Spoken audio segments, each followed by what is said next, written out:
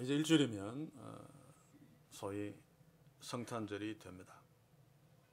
예수께서 이 땅에 오신 날이죠.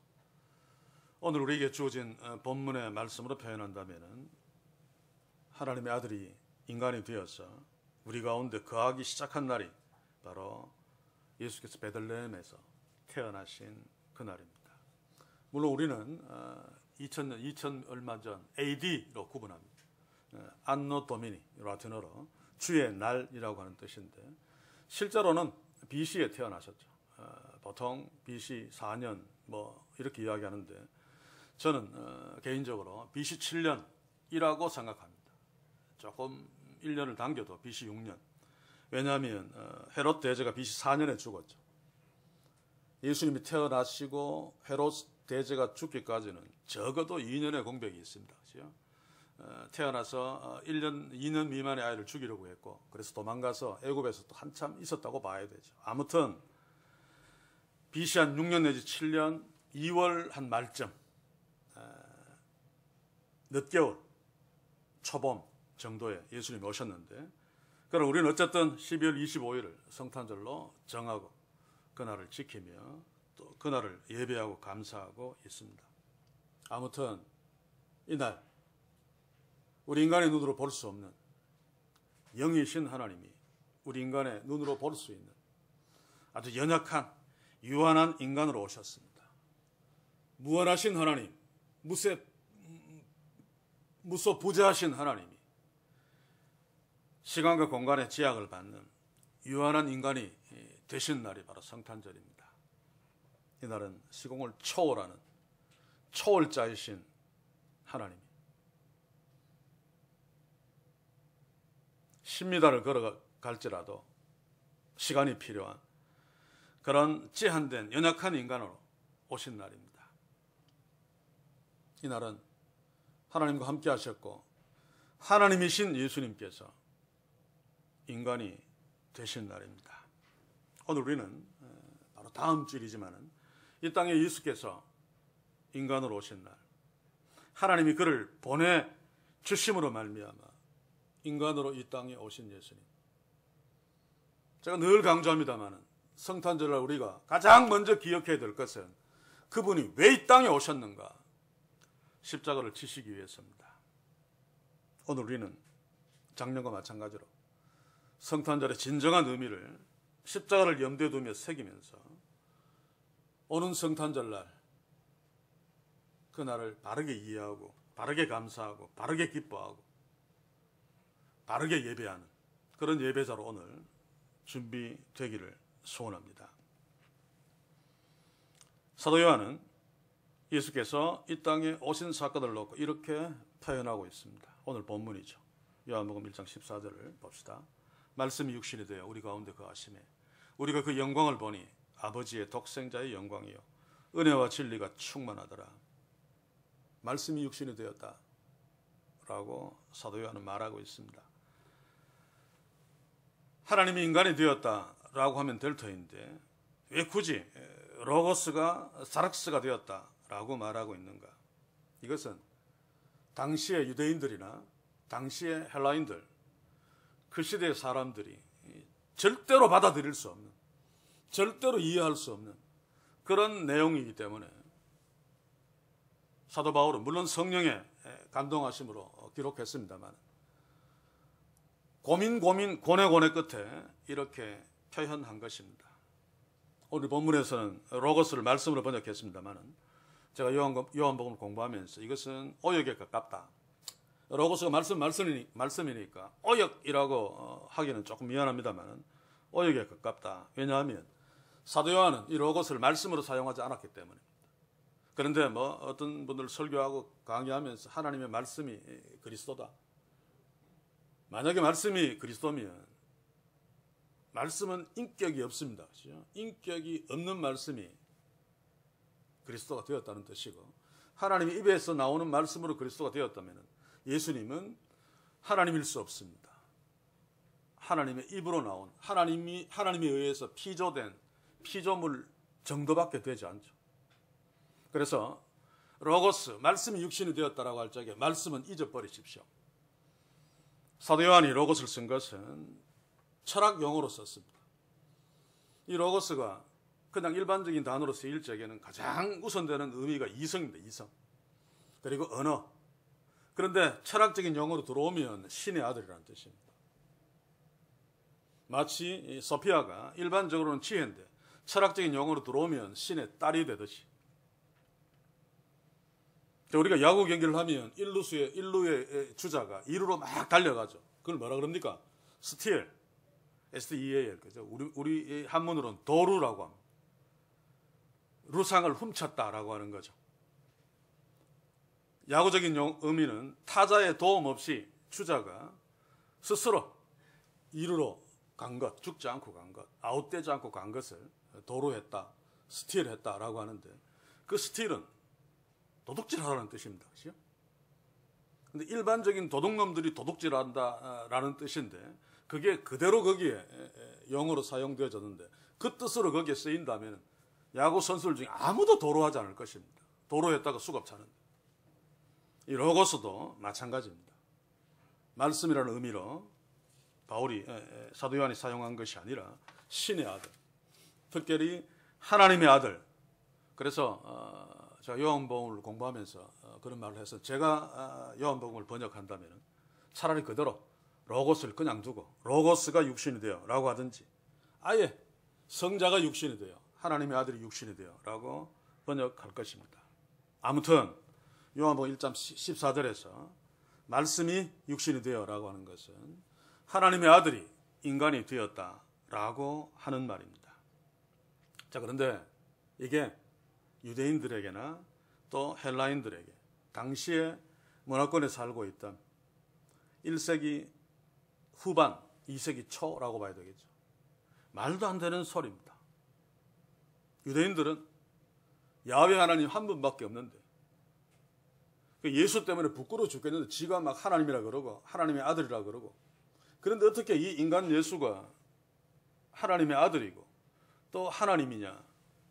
그리고 어떻게 또 하나님이 또 메시아가 돼서 또 죽냐? 헛소리 하지 마라. 이런 소리를 한 예수, 우리하고 같은 유대인이라는 거 부끄럽고 그걸 또 맞다고 또 유대인들이 기록한 성경, 그 유대인들이 썼으니까 부끄럽다. 또 헬라인들은 선하신 신, 완벽하신 신이 어떻게 연약하고 약점 많고 죄인이 그런 인간이 될 수 있는가? 말도 안 되는 이야기입니다. 그리고 똑같이 그 인간을 위해서 신이 제물이 된다. 이거는 더더욱 말이 안 되기 때문에 예수님이 하나님이시다. 그 하나님이 십자가에 죽으셨다라고 하는 말은 헬라인들 입장에서는 바보 등신들이나 하는 짓이다. 미련한 것으로 보았습니다. 그러니 요한이 그 하나님이 인간이 되었다는 것을 기록해야 되는데 설명해야 되는데 정말 난감하죠.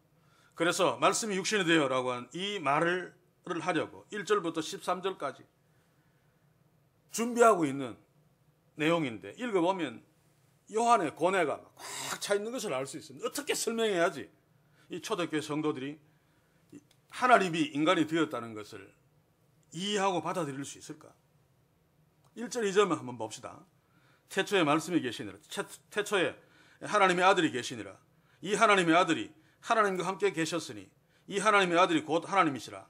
그가 태초에 하나님과 함께 계셨고. 자, 얼마나 왔다 갔다 합니까? 처음에 태초에 하나님의 아들이 계셨다. 그래 놓고 이 하나님의 아들이 하나님, 야훼 하나님과 함께 있었다. 2절에 가니까 하나님이 계셨다. 이 말씀이 하나님과 함께 계셨다. 그래 놓고 또 1절 후반부에 이 하나님의 아들이 하나님이다. 그래 놓고 또 3절에 가서 그는 또 태초에 하나님과 함께 있었다.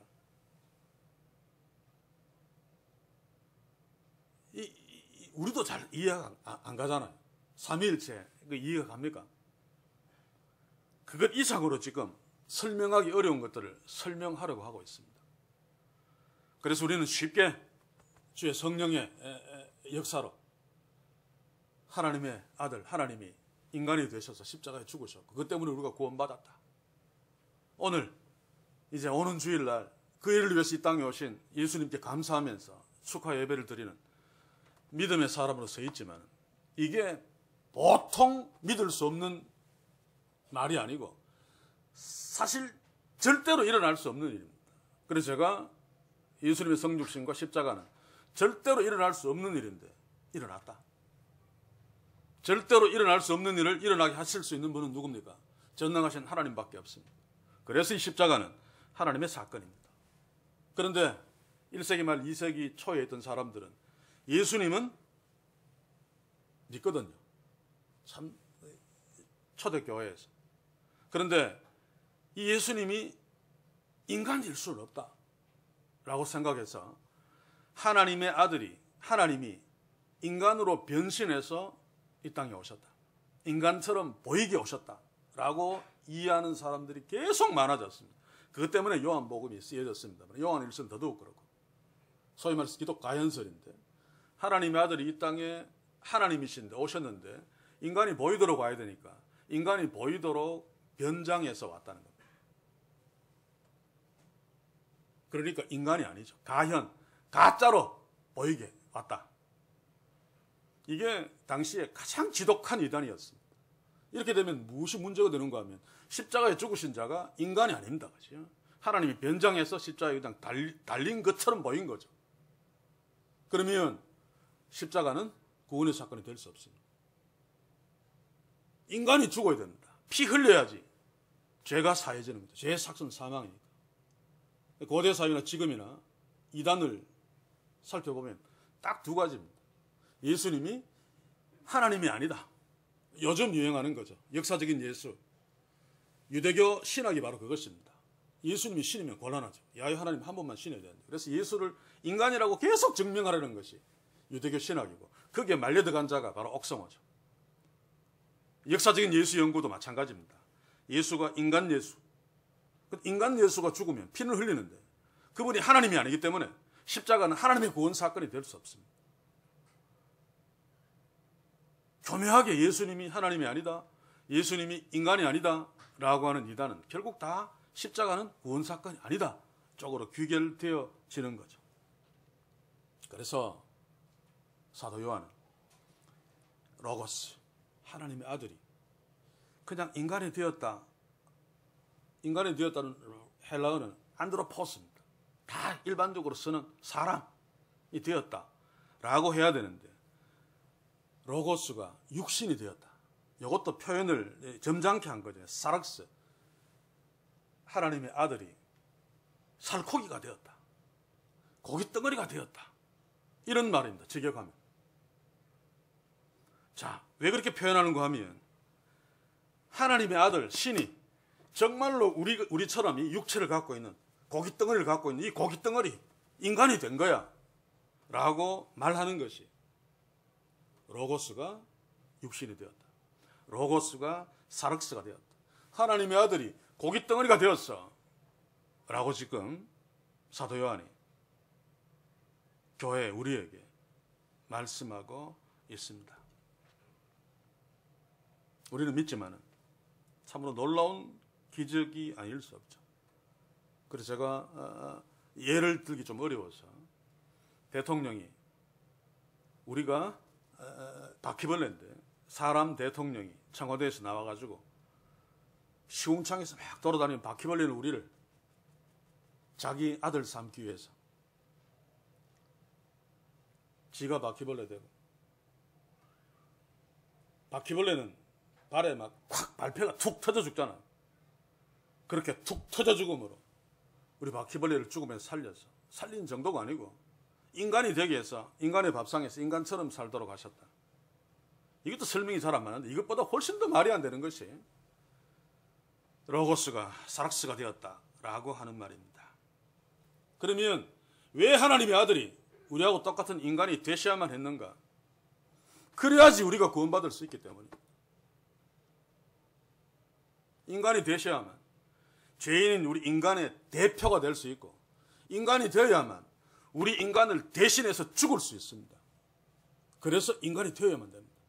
신은 죽을 수 없습니다. 피 흘리지 않습니다. 율법을 어기면 죄의 삭은 사망이죠. 피 흘림이 없이는 그 삭이 해결되지 않습니다. 그래서 하나님이 우리하고 똑같은 인간이 되셔야만 했습니다. 피 흘려 죽기 위해서 우리 대신, 우리를 대표해서, 우리를 대신해서. 저는 성도 여러분, 원숭이들의 대표는 원숭이만이 원숭이들의 대표가 될 수 있습니다. 원숭이를 대신하려면 똑같은 원숭이가 원숭이를 대신해야 되죠. 인간이 원숭이를 대신할 수 없고 인간이 원숭이를 대표할 수 없습니다. 그래서 하나님이 인간이 되셨습니다. 우리를 대표하고 우리를 대신해서 죽기 위해서. 이게 이제 오는 성탄절에 가장 중요한 의미입니다. 죽기 위해서 인간이 되셨다. 피 흘려 죽기 위해서 인간이 되셨다. 그래서 14절 다시 보시면 하나님의 아들이신 예수님이 인간이 되셔서 우리 가운데 거하셨다.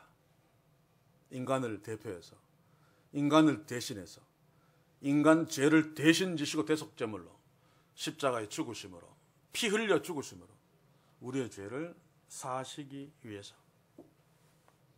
그래서 인간이 되셔서 우리 가운데 거하셨습니다. 여기에 거하셨다라고 하는 말은 헬라어로 보면 장막을 쳤다라는 말입니다.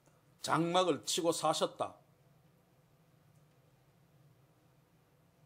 그냥 오면 잠깐 있다 가는 거죠, 그지? 장막을 쳤다는 것은 아예 산다는 말입니다. 자, 이것은 출애굽 과정을 염두에 두고 사도 요한이 묘사한 것입니다. 자, 출애굽의 이스라엘 백성들 애굽 땅을 떠날 적에 가장 앞에 무엇을 앞세웠습니까? 법궤를 앞세웠습니다.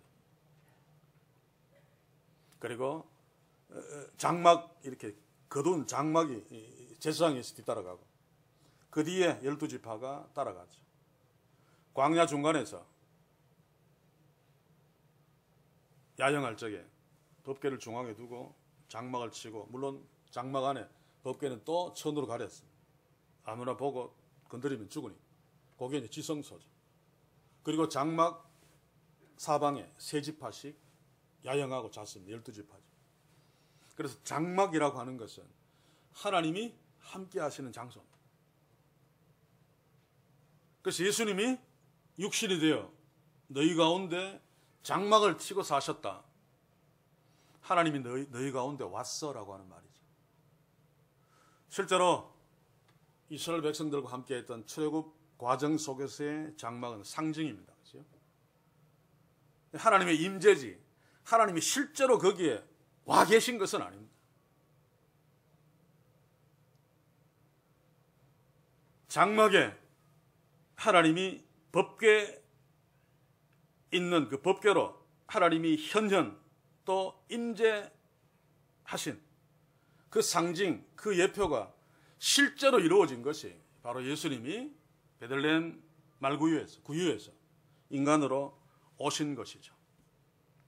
이것은 이미 700년 전에 하나님께서 이사야 선지자를 통해서 말씀하셨던 것입니다. 이사야 7장 14절을 한번 봅시다. 그러므로 주께서 친히 징표로 너희에게 주실 것이라. 바로 처녀가 잉태하여 아들을 낳을 것이요 그 이름을 임마누엘을 하리라. 이제 오는 주일날 설교할 본문입니다. 오늘은 말씀이 육신이 돼요. 다음 주일은 우리 가운데 거하시니 바로 임마누엘, 하나님이 우리와 함께 계신다. 이게 상징적으로 이루어졌던 것이 출애굽 광야에서 또 이스라엘의 성막 성전에서 지성소 속에 하나님의 임재, 하나님의 상징이 있는, 그게 하나님이 함께 하신다, 너희와 함께 하신다, 우리와 함께 하신다, 주의 백성들과 함께 하신다, 임마누엘의 예표 상징인데, 이게 하나님이 이사야 선지자를 통해서 말씀하신 대로 처녀를 통해서 아들을 낳을 것인데 그 이름을 임마누엘을 하라. 하나님이 우리와 함께 하신다.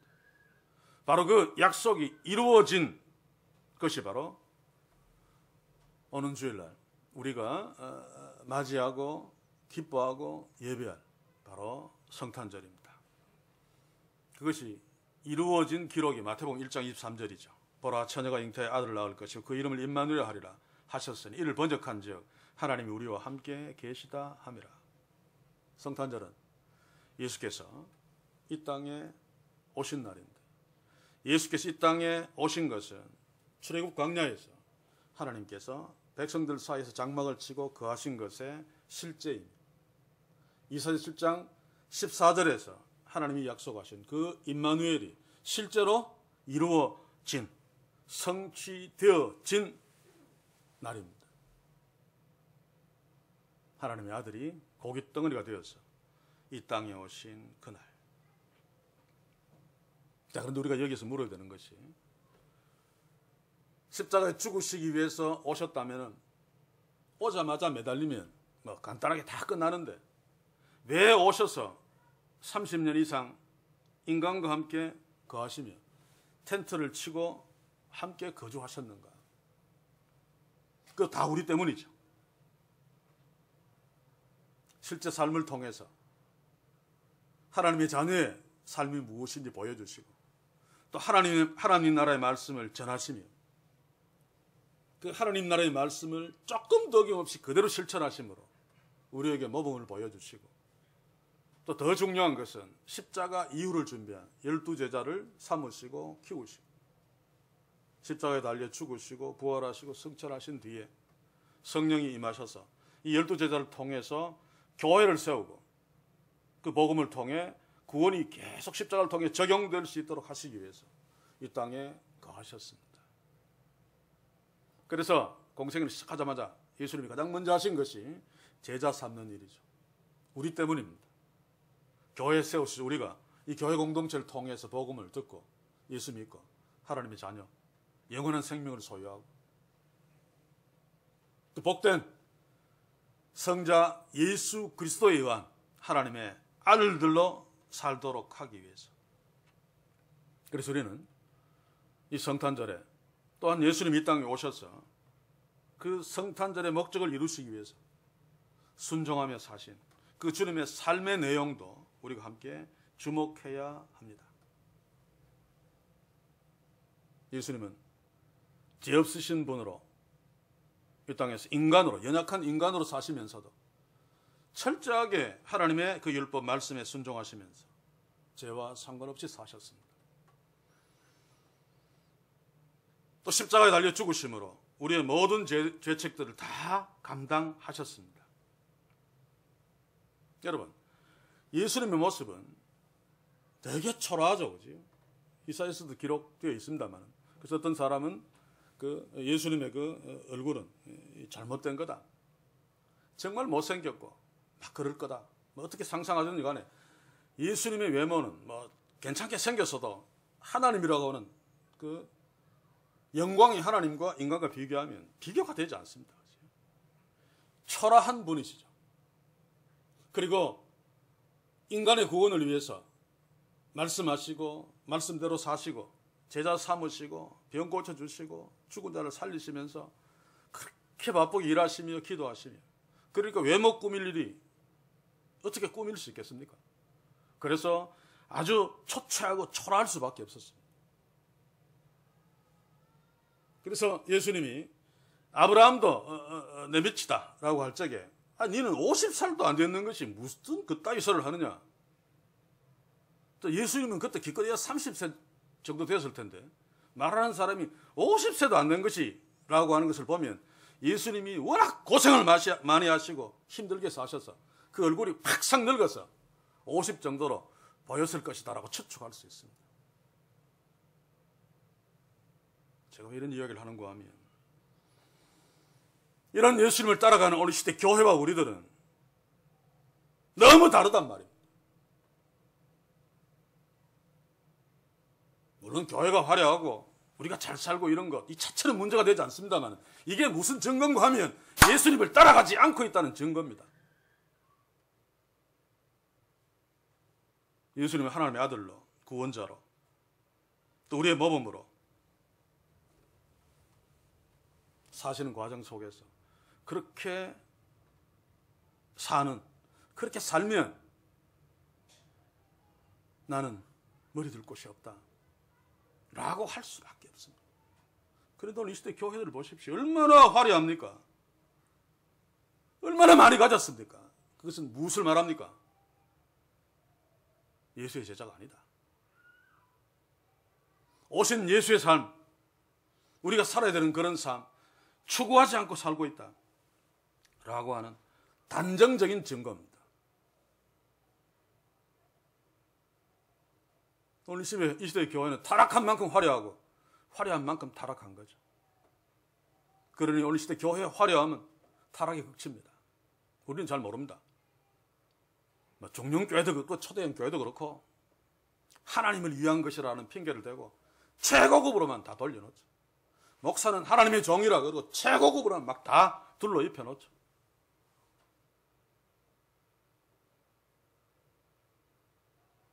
저는 작년에 참 가슴이 좀 아팠던 것이 하나 있습니다.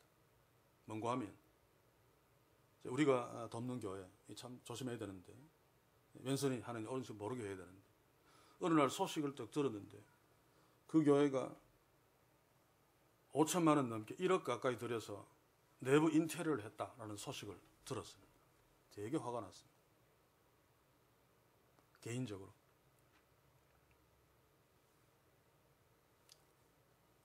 물론 그럴 수 있습니다. 5천만 원, 6천만 원, 7천만 원 들여서 교회 인테리어를 할 정도 같으면 돈 받지 않아야죠. 이제 충분하잖아. 그러니까 이게 무엇을 말하는가?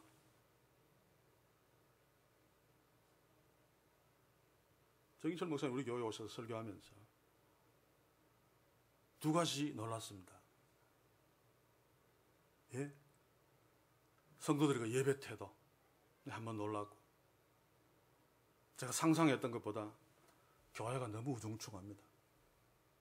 그래서 나중에 내가 돈을 많이 혹시 번다면은 목사님 교회 인테리어 비용을 내가 대고 싶습니다. 이 농담으로 하는 거 진지하게 미안해하면서 그래서 제가 웃으면서 그럴 날이 왔으면 좋겠습니다 하고 그냥 지나갔습니다.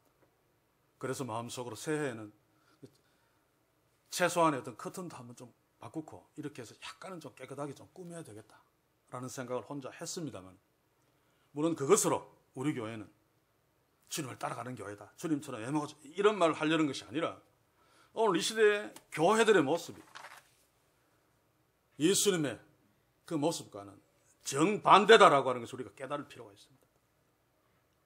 해도 너무했다라고 해서 깨달으면서 성탄절을 맞이합시다. 출애굽 때 광야에서의 장막은 그 안에 덮개가 있었고 덮개 안에 십계명 두 돌판이 있었습니다. 예수님이 이 땅에 오신 이유 중에 하나가 말씀하시기 위해서죠. 하나님 예수님이 하나님의 말씀을 직접 들려주기 위해서 고대 사회에서는 그 장막문에 하나님이 임재하셔서 눈에 보이지 않게 임재하셔서 모세에게 아론에게 또 백성들에게 말씀하셨습니다. 예수님께서 이 땅에 장막을 치시고 우리 가운데 거하신 두 번째 이유가 바로 말씀하시기 위해서죠. 그러면 우리는 말씀을 들어야 됩니다. 그런데 안 듣습니다. 안 들어. 제가 또 이야기합니다만 말씀은 많이 이야기하는데 너무 엉터리입니다. 어떤 경우에는 바르게 말하는 것 같은데 결정적인 십자가에 와서는 다 엉망입니다. 엉망. 그리고 말씀은 다 맞는 것 같은데 그것을 적용하는 것을 보면 정반대입니다. 세속적으로만 적용합니다. 이러니 성탄절 이 세계교회가 성탄절을 맞이하는 거고 말씀과 전혀 상관없는 우리는 좀 아쉽죠. 성탄 추리도 없고 저도 수십 년 동안 거기에 젖어왔기 때문에 지금 우리가 3년째 그러고 있으니까 조금 좀 그래요. 이게 바로 잘못된 관념이에요. 오랫동안 전통적으로 잘못된 것이 몸에 배었기 때문에. 성탄출이 화려한 것 모든 것들이 다 이교도 문화죠. 그죠? 그래서 예수님이 하나님의 아들이신 예수님이 이 땅에 오셔서 그 우상들로부터 죄로부터 우리를 구원하시기 위해서 오셨는데 그 성탄절을 기뻐하면서 우상 문화하고 확 뒤섞어 놓고 즐기고 앉아있단 말이에요. 그래서 우리만이라도 성탄절을 바르게 이해하고 맞이하는. 그래서 갈보리 언덕의 십자가를 항상 기억해야 됩니다. 예수님의 말씀 중에 가장 핵심적인 것이 무엇입니까? 나는 죽는다. 3일 만에 부활한다. 히브리서 9장 22절 한번 보십시오. 피 흘림이 없은 즉 사함이 없느니라. 예수님은 인간들이 이 땅에 오셔서 우리 대신 피 흘려 죽으셔야 됩니다. 오랫동안 성전에서 짐승 계속 잡아 피 흘리게 한 것, 그거 아무 소용없죠. 신학자들은 임시적으로 말도 안 되는 소리입니다. 그것은 그냥 예표적으로 보여주는 것입니다. 그것 때문에 죄가 사해지는 것이 아니라 오실 예수의 죽으심을 미리 바라보면서 하는 거죠. 천문만문 짐승 잡아도 거짓말한 조그만 죄도 사해지지 않습니다. 그러나 이 상징적인 예표를 통해 인간들에게 피 흘려야지 죄가 사해진다. 짐승의 피라도 흘려야지. 그러나 이 짐승의 피의 본질은 바로 어린 양 예수 그리스도. 그래서 주께서 이 땅에 오셔서 갈보리 언덕에 처절하게 십자가에 매달리신 것입니다. 그것 때문에 이 땅에 어린 아기로 오셨죠. 그래서 우리는 성탄절을 기뻐해야 됩니다. 우리가 살았으니까. 그런데 불구하고 예수님이 죽으러 오셨기 때문에 엄숙하게 기뻐해야 됩니다. 이게 서로 말이 모순됩니다만. 즐거운데 슬프게 즐거워해야 된다, 그 말입니다. 성탄절에 갈보리 언덕 십자가 빠져버리면 성탄절은 그냥 흥청망청대는 타락한 축제로 전락하고 맙니다. 그러나 성탄절에 갈보리 언덕에 십자가가 들어가면 성탄절은 죄인인 우리에게 기쁨을 주는 복음이 되죠. 우리 교회 공동체는 성탄절에 항상 갈보리 언덕에 십자가가 있었어. 하나님 우리를 구원하셨다. 하나님 우리를 이토록 사랑하셨다라고 하는 기쁜 복음이 되는, 성탄절이 복음이 되는 그런 축복이 있기를 주의 이름으로 간절히 소원합니다. 다시 14절 봅시다. 우리가 그 영광을 보니. 보십시오. 말씀 육신이 되어 우리 가운데 거하심에 우리가 그 영광을 보니. 자, 이 영광이 무슨 영광입니까? 뒤에 아버지의 독생자의 영광이에요. 하나님의 영광입니다. 요한이 지금 말하는 거 보이지 않는 하나님의 그 표현할 수 없는 그 영광이 아니라 연약한 인간의 몸으로 초라한 예수에게 하나님의 영광이 있다라고 하는 거죠. 그냥 육신의 눈으로 볼 수 있는 영광이 아닙니다. 그럼에도 불구하고 그 영광은 독생자. 원문대로 번역하면 하나님과 유일한 관계에 있는 자. 그러니까 제가 요한복음을 공부하면서 독생자는 외아들이니까 세상에 외아들은 많습니다. 그래서 하나님의 독존자. 유일하게 존재, 하나님과 둘 사이에 있는 유일한 관계, 유일한 존재. 그 예수님이 이 땅에 오셨는데 거기에 독생자의 영광이 있는데 그게 하나님의 영광이다 라고 지금 말하고 있죠. 은혜와 진리가 충만하더라. 사도 요한이 왜 이 말을 할까요? 예수님을 외면할까 봐, 오해할까 봐. 모든 인간들이 그랬듯이 저 초라한 인간이 무슨 하나님이야. 저게 무슨 우리를 대신해 죽어 우리를 구원해. 네가 정말 능력이 있고 대단하다면 십자가에 사면 내려와.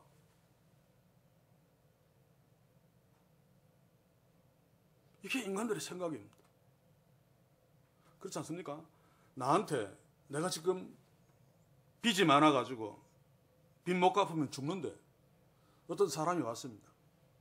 벤츠가 아니고 피렐라 차 이름도 기억 못하게 돼. 수억짜리 차 탁 타고 가지고 시계 하나에 몇 억짜리 시계 탁 차고 수표책 탁 이러면 저 사람이 정말로 내 그 빚을 갚아주고 나의 구원자가 되겠구나 믿을 수 있는데 티코 타고 와가지고 시계도 뭐 1달러짜리 전자시계 하나 차고 그것도 다 떨어질 거 옷도 똥쟁이한 거 있고 이렇게 와가지고 내가 네 구원해줄게 둘 중에 누구 택하겠습니까? 수표책 흔들면서 수억짜리 시계 차고 몇천만 원짜리 양복 입고 그죠? 이게 맞잖아요. 이게 부자의 영광 아닙니까? 영광이 확 드러나잖아요. 이게 아니잖아요. 아무것도 영광, 돈의 영광 아무것도 없잖아요. 그래서 사도 요한이 예수 그리스도 거기에 하나님의 영광이 있고 독생자의 영광이 있다. 그거 놓치면 안 돼라고 지금 하고 있는 것입니다. 당시에도 아마 그랬죠. 그래서 예수님이 하나님의 아들 메시아라고 생각하지 않고 십자가에 못 박아 죽여버렸습니다. 한날 그냥 사기꾼으로 보고. 우리가 믿는 독생자 예수 그리스도, 우리는 그의 영광을 보고 있습니까? 그의 영광은 그대로 초라합니다. 그러나 하나님이시고 하나님의 아들이십니다. 지금 여기에 그 영광 하는 것의 핵심의 내용이 뭔가 하면 십자가를 말하고 있는 것입니다. 사도 요한은 십자가를 영광이라고 이야기합니다. 항상. 십자가를 통해서 우리가 영광을 볼 수 있어야 됩니다. 초라하게 피 흘리면서 짐승보다 더 못하게 찌질하게 수치스럽게 죽어가는 그 모습. 그래서 믿음의 눈이 아니면 볼 수 없죠. 성령께서 우리 속에 와서 도와주지 않으면 볼 수 없습니다. 이런 주님을 본다면, 그 하나님의 영광을 본다면 우리가 수천억짜리 건물 지어놓고 폼 잡고 하나님의 자녀로 살 수 있을까요? 그분이 그렇게 찌질하게 죽으시면서 우리를 구원하시고, 그분의 이 진짜 하나님의 영광인데 그분이 우리에게 말씀하신 대로 살려고 애쓰게도 잘 안 돼요. 이웃을, 원수는 사랑 못해도 이웃을 내 몸같이 사랑하려고 애쓰겠죠. 나누려고 애쓰겠죠. 똑같은 온천보다 귀한 하나님의 생명, 하나님의 피조물이 저 지구촌 뒤편에서 더러운 물 때문에 어린 생명들이 그렇게 많이 죽어가고 있는데, 돈 1,000원이면 한 생명을 하루는 살릴 수 있는데 이러고 있지 않겠죠. 악기 수십억짜리 갖다 놓고 하나님을 기쁘시게 하다 그러고 있지 않겠죠. 그런데 그러고 있는 것은 그 초라한 예수님의 모습에서 독생자의 영광을 보지 못했기 때문입니다. 하나님의 영광을 보지 못했기 때문입니다. 그것은 하나님을 믿지 않고 있다는 뜻입니다. 그냥 좋으니까, 내한테 유익하니까 이용해 먹고 있는 거죠. 성탄절이 그렇게 화려한 것도 예수님을 이용해 먹는 건데, 세상 사람들은 상업적으로 이용해 먹고, 교회는 교회 선전하기 위해서 이용해 먹고, 이 기막힌 순간에 우리는 그 영광을 보니 눈에 보이지 않지만 초라한 주님의 모습에서 아버지의 독생자의 영광을 볼 수 있어야 됩니다. 주의 말씀을 주목하십시오. 십자가를 보십시오. 거기에 놀라운 하나님의 영광이 있습니다.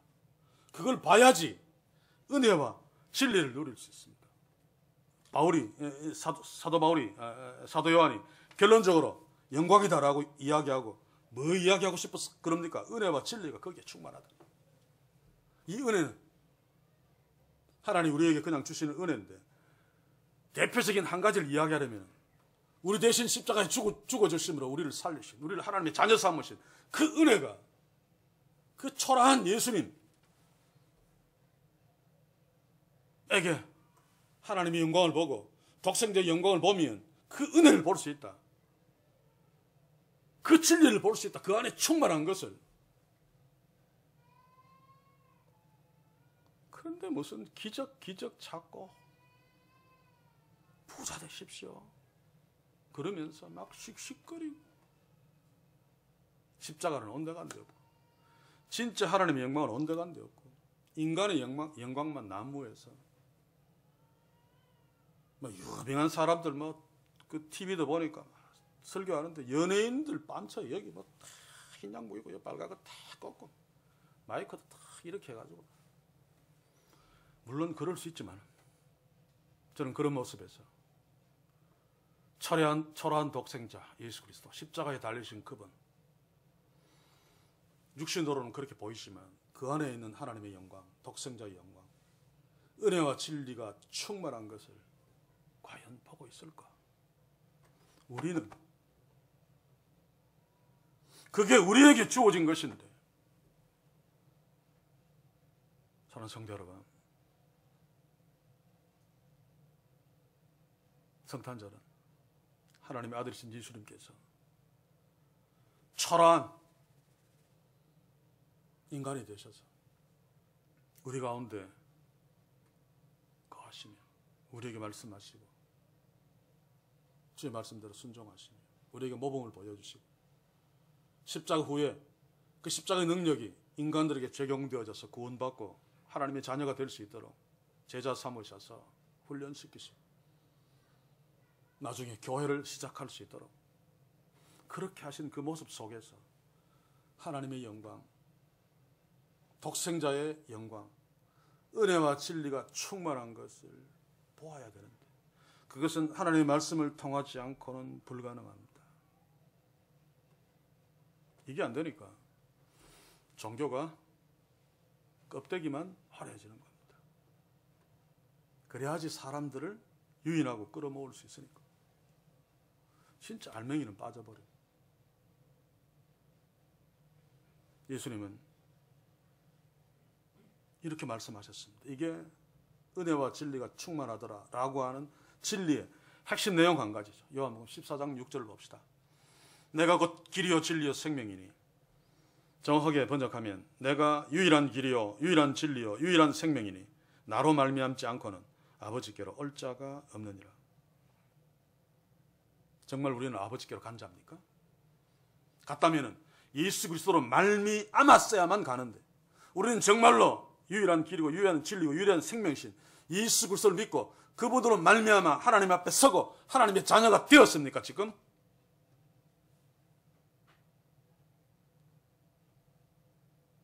은혜와 진리가 충만한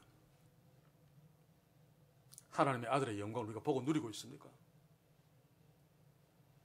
그 영광은 재림 때 우리가 온전히 만나겠지만 그 영광의 본질은 너무 밝고 화려해서 그 영광이 있는 곳에는 해와 달이 없다라고 요한계시록에서는 표현합니다. 그것도 일종의 과장법일 텐데 해가 부끄러워서 숨죠. 지금 우리 눈에는 해가 가장 밝은 존재인데 하나님의 영광이 너무 밝기 때문에 해라는 존재가 명암을 못 내놓습니다. 이게 진짜 하나님의 자녀의 삶에 있어야 됩니다. 하나님의 영광이 있기 때문에 십자가라고 하는 기적적인 능력 때문에 우리가 하나님의 자녀가 되었기 때문에 무슨 수억짜리 자가용 화려한 교회 이게 영광이 아니잖아요. 하나님의 영광이 아무것도 아니잖아요. 그게 눈에 안 들어와야 됩니다. 무슨 사람을 살리고 미래를 내다 이게 눈에 안 들어와야 된다.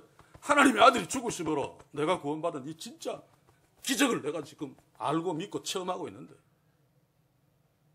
근데 이 시대 교회들은 왜 그렇게 화려한 것을 찾습니까? 왜 그렇게 기적 찾고 앉았습니까? 왜 그렇게 미래를 알려고 했습니까? 하나님 믿지 않기 때문입니다. 사랑하는 성도 여러분, 우리가 이런 데 속지 않기를 원합니다.